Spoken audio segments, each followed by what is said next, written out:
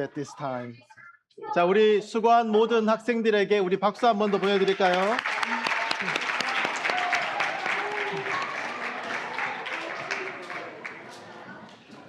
Good job, guys. Good job.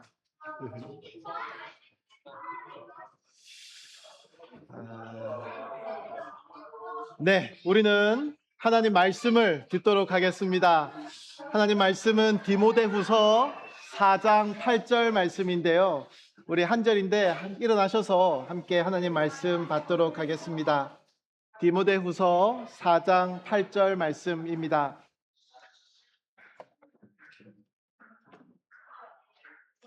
한 목소리로 함께 받겠습니다. 시작. 이제 나를 위해 의의 면류관이 준비되었으니 주 곧 의로우신 재판장이 그날에 내게 주실 것이다. 그리고 나뿐 아니라 주의 나타나심을 사모하는 모든 사람에게도 주실 것이다. 아멘. 사랑하는 하나님 아버지, 감사합니다. 오늘 크리스마스 이브를 맞이하여 우리 구주 예수 그리스도께서 이 땅에 오신 것을 감사하며 찬양하며 기리고 또 기억하는 그런 시간을 가지게 하시니 감사합니다. 우리 아이들이 목소리로 또 몸으로 그들이 할 수 있는 모든 것으로 하나님의 그 예수님을 보내신 그 놀라운 사건을 고백하였습니다. 그저 겉으로만 밖으로만 드러나는 그런 몸짓이 아니라 그들의 마음에서 우러나오는 아름다운 고백이 될 수 있도록 이 아이들을 주님께서 붙잡아 주시고 가르쳐 주시고 마음 문을 두드려 주시옵소서. 오늘 이 시간 하나님 말씀을 받기를 원합니다. 하나님 함께 해주시고 이 죄인은 가려 주시옵소서. 감사합니다. 예수님 이름으로 기도합니다. 아멘. 자리에 앉으시겠습니다. 메리 크리스마스. 메리 크리스마스. 내일이지만 메리 크리스마스입니다. 저는 오늘 모험을 합니다. 본문을 읽으면서 이건 크리스마스 본문이 아닌데 하는 생각을 하신 분들이 있었을 것입니다.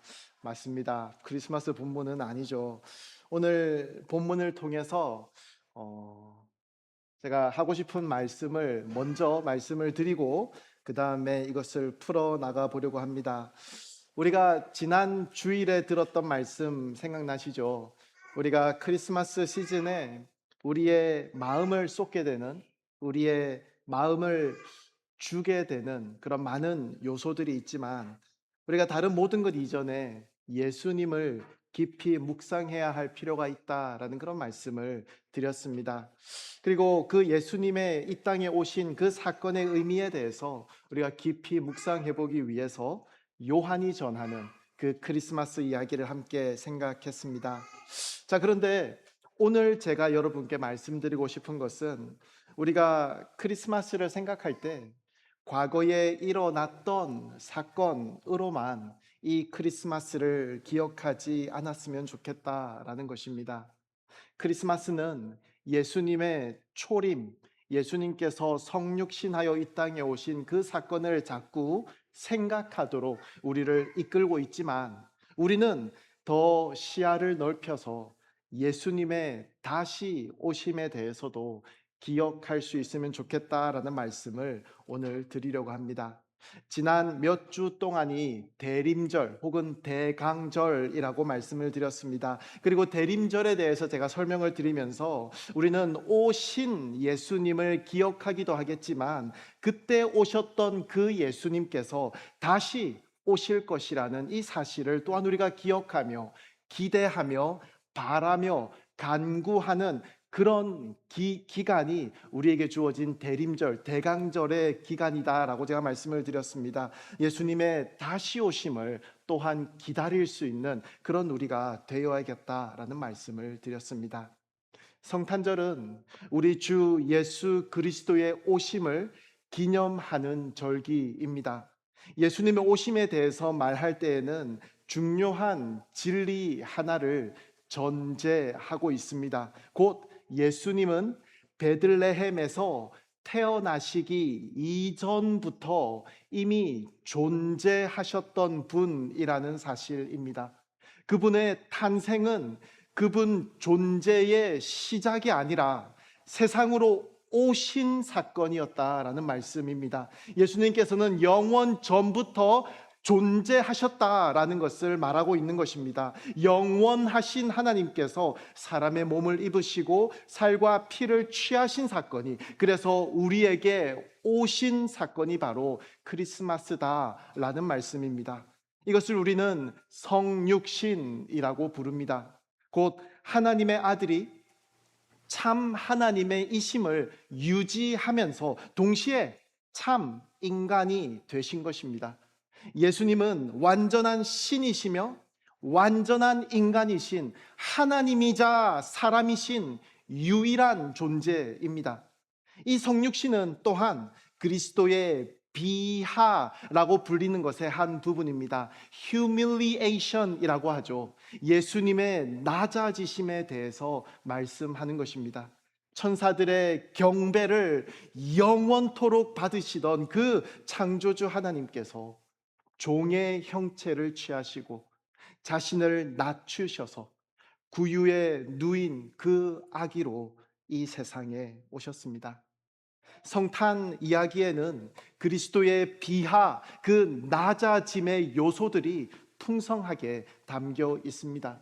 예수님은 가난 가운데 마구간에서 세상적으로 아무런 의미가 없어 보이는 가정에서 태어나셨습니다. 태어나신 직후에는 헤롯의 그 위협을 피해서 도망쳐야 했던 것을 또한 우리는 기억합니다. 예수님의 탄생에서부터 살아오신 모든 삶의 행적들, 십자가에서 죽음에 이르기까지 예수님의 그 삶의 모든 걸음은 그분의 겸손, 그분의 낮아지심을 드러냅니다. 그러나 성탄 이야기는 또한 예수님의 장차 있을 exaltation, 높아지심에 대한 힌트를, 단서들을 계속해서 우리에게 제공해 주고 있습니다.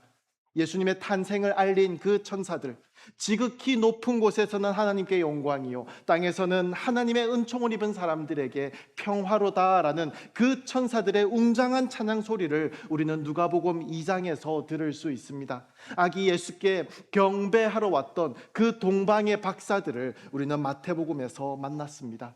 그리고 마태와 또 누가의 이야기 속에 엮여 있는 여러 가지 약속들은 예수님의 영광을 향해서, 예수님의 높아지심을 향해서 나아가고 있다는 것입니다. 그리고 예수님께서는 죽음 이후에 부활하시고 승천하시는 그 그림을 우리에게 보여주시면서 예수님의 exaltation, 그 높아지심을 우리에게 계속해서 보여주십니다. 자, 그리고 우리가 궁극적으로 예수님의 높아지심을 확인할 수 있는 시점이 언제일까요? 예수님께서 영광과 권능 가운데 다시 우리에게 오실 그날에, 재림의 그 날에 충만하게 드러날 것입니다. 여러분, 구약의 성도들은 메시아를 간절히 기다렸습니다. 창세기 3장에서부터 아담과 하와는 뱀의 머리를 상하게 할 그 여자의 후손에 대한 약속을 받았습니다. 그러나 그들은 자신의 생애 동안 그 약속이 성취되는 것을 보지는 못했습니다. 다만 그들은 기다렸습니다. 노아 또한 인류에게 참된 안식을 가져오실 분을 기다렸습니다. 아브라함은 그의 후손을 통해서 모든 민족이 복을 받을 것이라는 약속을 받았습니다. 이스라엘 민족은 세대를 거듭하며 그 약속된 메시아께서 오시기만을 기다리며 부르짖으며 간구하였다라는 것이죠. 그들은 수세기에 걸친 그 하나님의 침묵과 또 그들이 당했던 그런 압제와 그 모든 포로의 시간들을 지나면서 시편 13편에 보면 How long, O Lord? 하나님, 언제까지 기다려야 합니까? 라고 물으면서 울부짖었던 그런 시절들이 있었다라는 것이죠.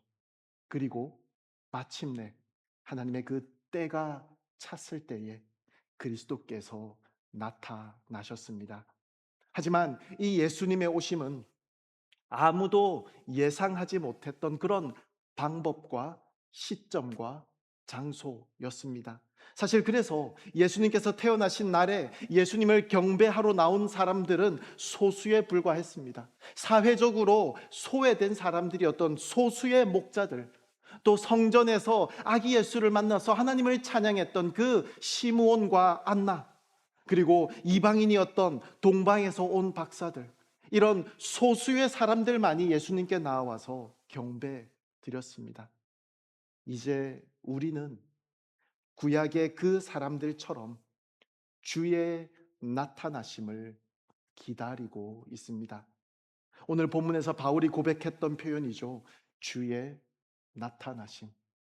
그러나 우리는 예수님의 그 첫 번째 오심을 기다리는 것이 아니라 두 번째 오심을 기다리고 있습니다.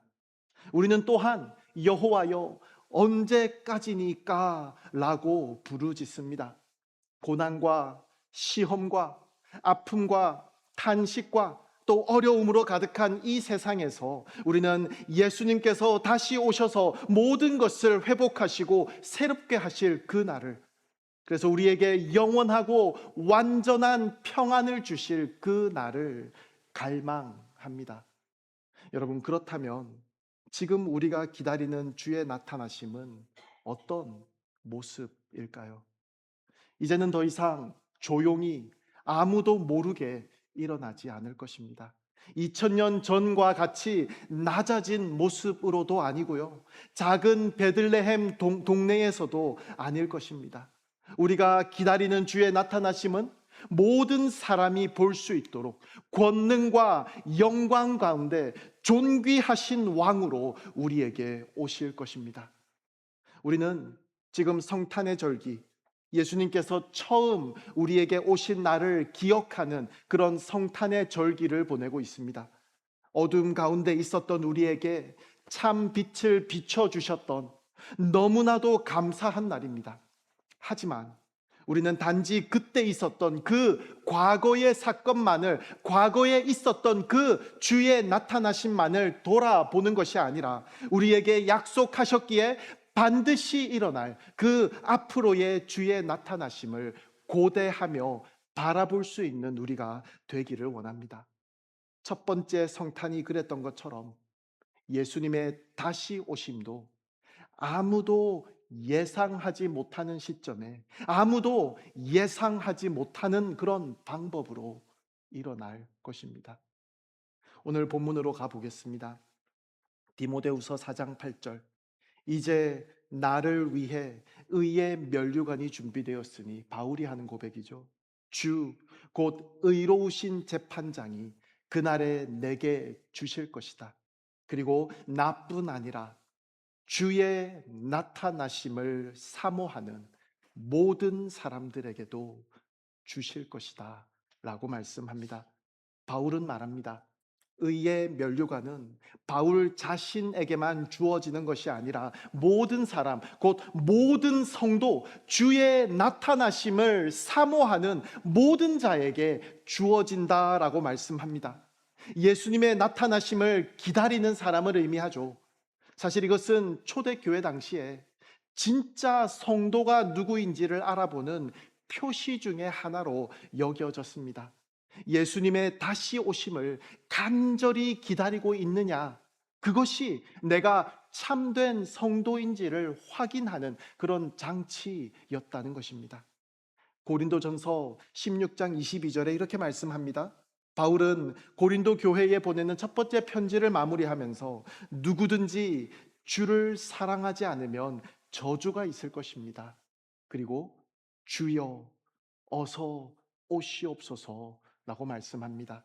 마지막에 주여 어서 오시옵소서, 이거를 헬라어로 읽으면 우리가 잘 아는 마라나타입니다. 마라나타는 당시 초대교회 성도들 사이에서 흔히 드려졌던 그런 기도 가운데 하나였습니다. 우리가 자주 사용하는 아멘이라는 표현, 혹은 할렐루야라는 이런 표현들을 사용하는 것처럼 마라나타, 이것도 초대교회 성도들이 자주 반복적으로 드렸던 그런 기도였다는 것입니다. 마라나타, 주여 오시옵소서. 이처럼 초대교회 성도들은 진실로 예수님의 다시 오심을 간절히 사모하며 기다렸던 사람들입니다. 여러분, 그런데 우리는 어떻습니까?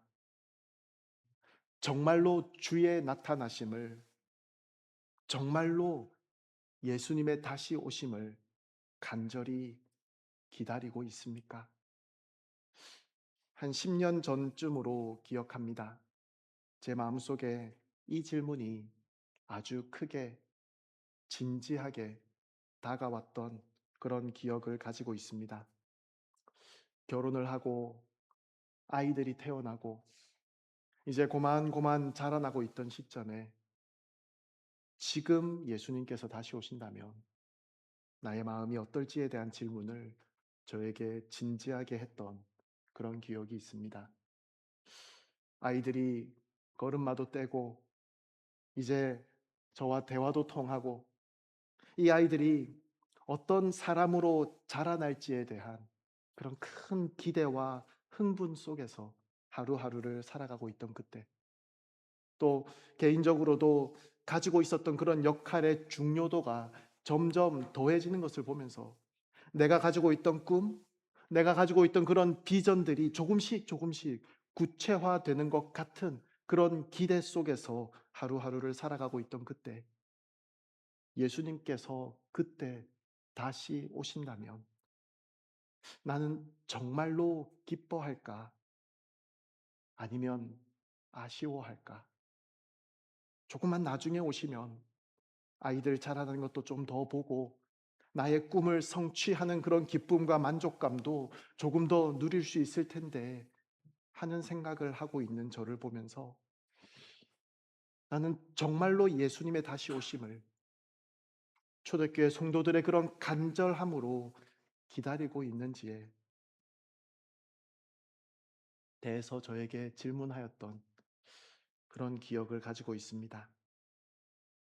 내 손에 쥐고 있는 것들, 지금 내가 이 땅에서 내가 가지고 누리고 있는 것들, 내가 이루려고 하는 꿈, 이런 것들에게 노예가 되어 있는 것은 아닌지, 이것들이 나의 우상이 되어 있는 것은 아닌지 저를 돌이켜봤던 그런 기억을 가지고 있습니다. 어쩌면 지난 주일에 드렸던 질문과 비슷한 질문이 아닐까 생각이 듭니다. 우리는 세상에서 어느 정도의 삶을 누리고 있습니다. 우리는 세상에서 어느 정도의 성과를 만들기도 했습니다. 개인적으로든 사회적으로든 직장에서든 학교에서든 학위를 통해서든 결혼을 통해서든 어떠한 직장을 통해서든 지금까지 살아온 나의 인생에 대해서 이야기할 때 꺼내놓을 수 있는 단어들이 이제 몇 개씩은 있을 것입니다. 그런데 그 모든 것들 가운데 내 삶의 빛으로 오신 예수님이 없다면 정말 내 삶은 비참한 어두움일 것이라는 것을 인정할 수 있는지에 대한 질문을 드렸더랬습니다. 여러분, 어떻게 대답하실지 모르겠습니다. 오늘 드리고 싶은 질문은 이것입니다. 우리는 지금 예수님께서 다시 오신다 하더라도 충분히 기쁨으로 우리 주님을 맞이할 마음과 자세가 우리에게 있느냐는 것입니다. 내가 이 세상에서 이루어 놓은, 내가 이 세상에서 이루고 싶은, 내가 지금 이 세상에서 누리고 있는 그 모든 것들보다 더 간절히 나는 예수님의 다시 오심을 기다리고 있습니까? 내 인생을 다 살고 난 이후에, 이 육체가 죽고 난 이후에 그때 언젠가 오실 예수님으로 그렇게 예수님을, 주의 나타나심을 여기고 있지는 않습니까? 제가 예전에 드린 말씀이 있죠. 예수님의 첫 번째 오심은 하나님 나라의 시작을 알리는 사건이었습니다. 그리고 예수님의 두 번째 오심에서 그 하나님 나라는 충만하게 완성될 것입니다. 그래서 우리는 주의 나라가 임하게 하시고 라고 기도하는 것입니다. 이 기도는 예수님께서 가르쳐 주신 기도이고 예수님의 제자들이 처음 드렸던 기도입니다.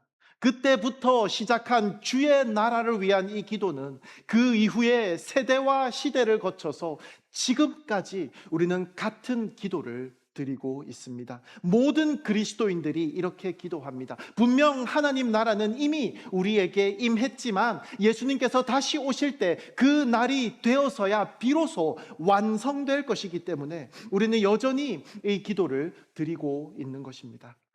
그래서 우리는 예수님의 두 번째 나타나심을 어떻게 바라보고 있는지를 점검할 필요가 있습니다. 여러분, 많은 그리스도인들이 예수 그리스도의 재림에 대해 이야기할 때 사실 본질적이지 않은 신학적인 어떠한 세부 사항들에 지나치게 집착하는 경우가 많이 있습니다.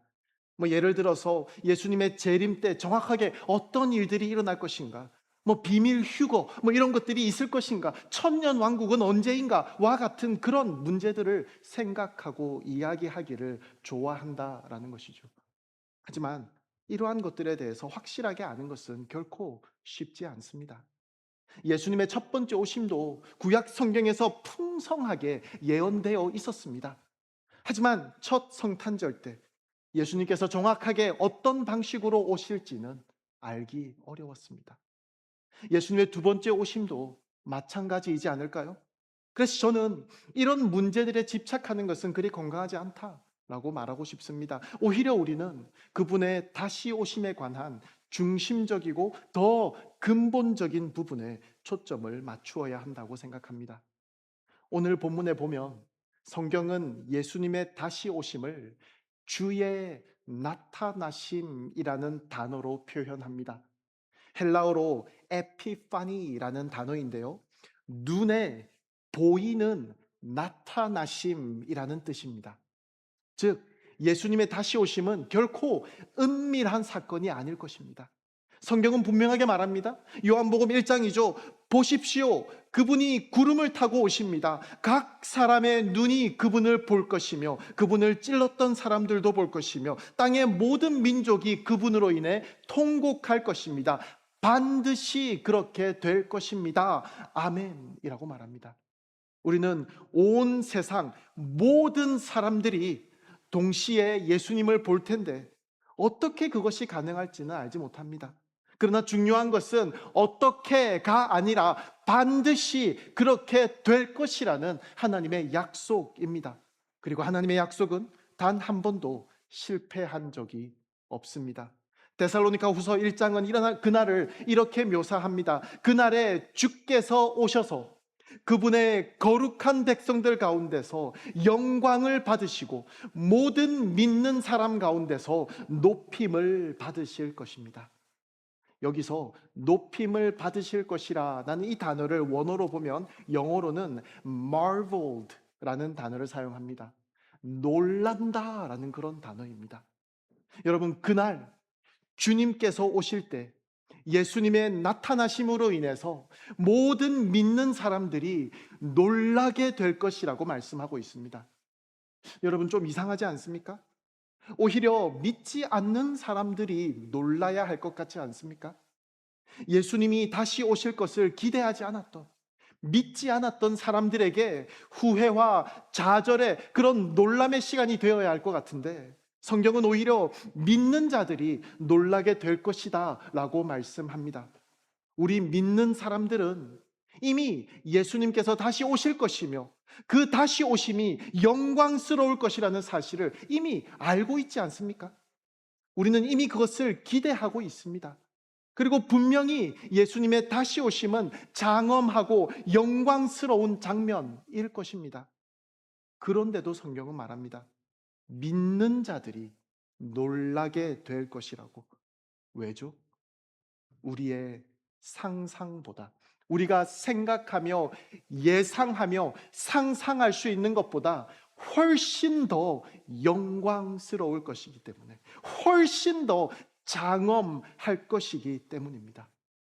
우리는 예수님의 다시 오시는 그 장엄한 장면을 상상하며 그날을 기다리지만 우리의 그 어떤 상상도 모두 훨씬 뛰어넘는 그런 장엄하고 영광스러운 장면이 우리 앞에 펼쳐질 것이라는 말씀입니다. 무엇을 상상하든 그 이상일 거라는 말씀입니다. 무슨 광고 문구 같죠? 무엇이든 여러분 상상해 보십시오.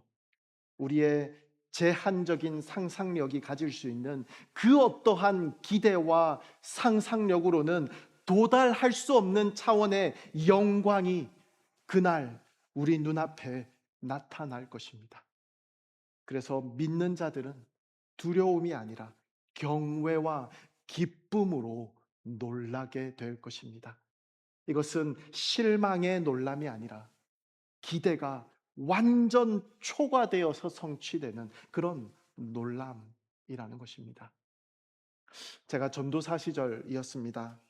골프를 너무너무 좋아하시던 집사님이 한 분 계셨습니다. 이분이 장난스럽게 저에게 이런 말씀을 하셨습니다. 전도사님, 천국에 골프장이 없으면 저 너무 실망할 것 같아요. 이렇게 골프가 좋은데 영원토록 천국에 있으면서 골프를 못 치면 무슨 낙으로 하루 이틀도 아니고 영원토록 살지 걱정이에요. 뭐 이렇게 저에게 말씀하셨던 기억이 있습니다. 물론 장난이 어느 정도는 섞여 있었겠지만 어느 정도의 진실도 있었지 않았을까 하는 생각이 들기도 합니다. 그래서 제가 이렇게 대답했습니다. 집사님, 집사님이 이렇게 골프를 좋아하시는데 천국에 반드시 골프장이 있다고 저는 확신합니다. 하나님이 그렇게 모진 분이 아니라고 저는 생각합니다. 그런데 만에 하나라도 천국에 골프장이 없다면 집사님이 천국에 들어가시는 그 순간부터 그 좋아하는 골프장이 생각조차 나지 않을 정도로 너무도 황홀하고 기쁜 그런 감격스러운 나날들이 영원토록 매일 지속될 것입니다. 예수님의 다시 나타나심은 우리에게 이런 놀람의 연속일 것이라고 성경은 우리에게 말씀하시는 것입니다. 사랑하는 여러분, 오늘 이 밤 우리가 성탄을 기뻐할 수 있는 이유는 무엇입니까? 성탄이 단지 과거의 한 사건으로 끝나는 것이기 때문이 아닙니다.